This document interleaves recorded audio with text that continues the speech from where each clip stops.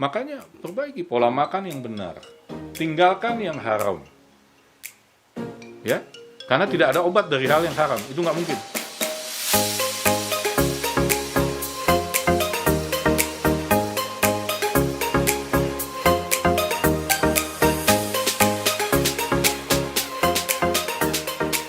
Kita harus bisa menyikapi sebuah musibah, sebuah penyakit. Betul.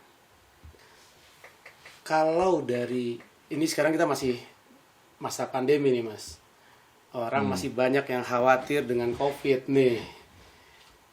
Kalau dari sisi pola hidup, konsumsi, ya gaya hidup juga termasuk. Betul. Kira-kira menurut Mas Heru, apa nih yang harus kita hindari? Apa yang harus kita jalankan?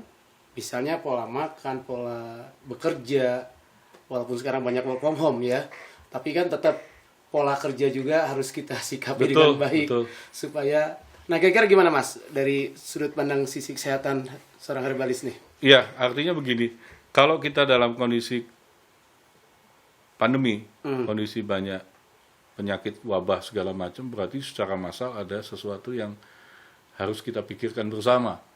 Bahwa satu komunitas ini, satu negara ini ada kesalahan tentang pola hidupnya. Kebiasaan-kebiasaan, budaya-budaya mungkin tidak sesuai, sehingga Dia tidak memperbaiki, Allah kondisikan alam untuk kita dipaksa untuk memperbaiki kan. Itu yang terjadi seperti kondisi sekarang. Ini kita sebenarnya dipaksa untuk memperbaiki diri kita agar itu karena kasih sayang Allah, agar kamu dapat kesembuhan, agar kamu tuh pantas aku berikan kesembuhan. Seolah-olah Allah bilang begitu kan. Nah, makanya perbaiki pola makan yang benar. Tinggalkan yang haram. Ya, karena tidak ada obat dari hal yang haram. Itu nggak mungkin. Jangan alasan kepepet. Lalu diperbesar haramnya boleh gitu. Enggak begitu. Tetap yang haram itu nggak ada obat dari yang haram. Lalu tinggalkan yang meragukan, yang tidak thayyib, yang tidak baik. Kalau itu meragukan, tinggalkan sudah. Jangan selalu dipikirin. Jangan-jangan walaupun itu meragukan, jangan-jangan ada kesembuhan. Sudah, kalau memang ragu, jangan. Masih banyak yang lain. Itu lakukan. Lalu yang kedua, positif terhadap segala sesuatu. Jangan berprasangka buruk terhadap makanan. Artinya gini, saya nggak suka ini makanan.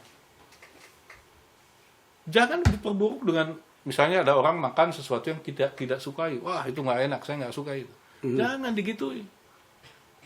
Alhamdulillah Anda senang itu. Kalau saya tidak terlalu suka dengan itu. Bahasa itu harus muncul. Jadi jangan perburuk makanan yang menurut Allah itu halal. Hanya karena kita nggak suka, kita jelek-jelekin itu makanan. Dan itu berefek sebetulnya.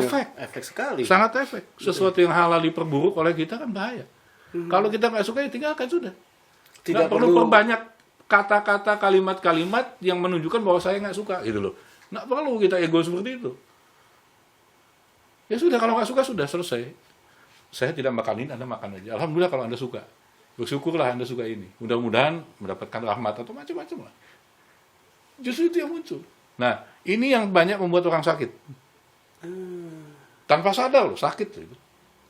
Begitu Anda makan yang Anda sukai, sakit. Bisa seperti itu ya? Bisa, sangat bisa.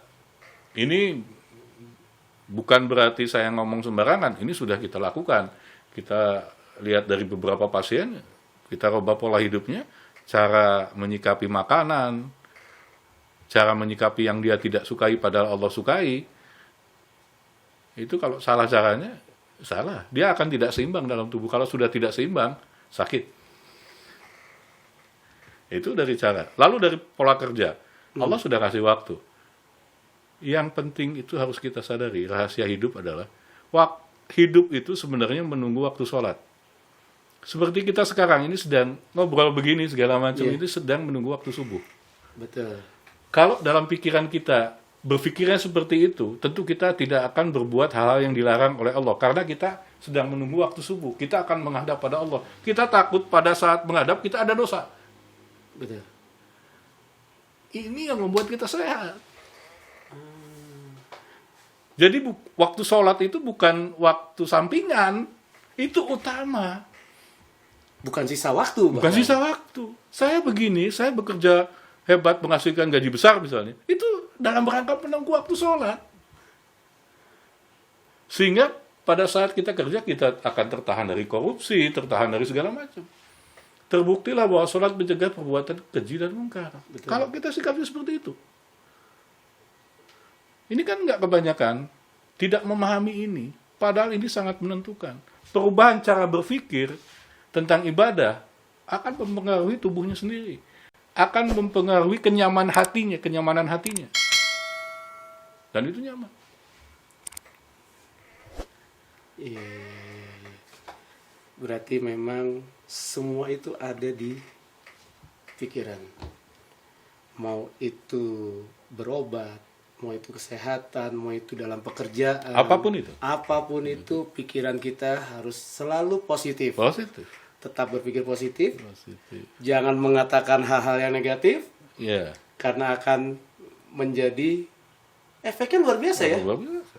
Terhadap orang di hadapan kita, terhadap apapun yang ada di hadapan kita, terhadap diri kita juga. Terhadap diri kita. Apalagi kalau diucapkan di depan orang banyak. Oh, itu efeknya luar biasa. Seperti inilah, kita jalan kaki nih. Yeah. Kesandung. Begitu kesandung, bahasa yang munculnya bahasa binatang kan. Ya sudah.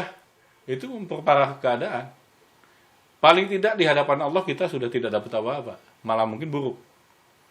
Kenapa pada saat kita misalnya kesandung berdarah, lalu berdarah? Ya Allah, alhamdulillah. Dengan cara ini, darah ini keluar. Mudah-mudahan ini darah yang memang tidak baik bagi diri hamba. Engkau keluarkan ini semua. Kenapa nggak begitu? Apa susahnya bicara begitu? Ya, kembali lagi ke kultur, kebiasaan. Kalau itu sekali kita coba, terus kita ulang. Dan jangan kita berlindung dari bahasa ini sudah kebiasaan saya. Jangan berlindung seperti itu. Kenapa Allah turunkan petunjuk dalam Al-Quran? Kenapa Allah utus Nabi Muhammad? Itu supaya kita bisa berubah. Betul. Bukan nyaman dengan sesuatu yang salah gitu. Iya. Baik, Mas Heru, wah luar biasa. Herbal dengan cara yang salah, dosis yang tidak tepat, pengolahan yang kurang tepat juga. Dan pastinya adalah pola pikir kita terhadap kesembuhan itu sendiri berasal dari siapa, dari mana. Nah, itu yang harus kita tegaskan. Yeah.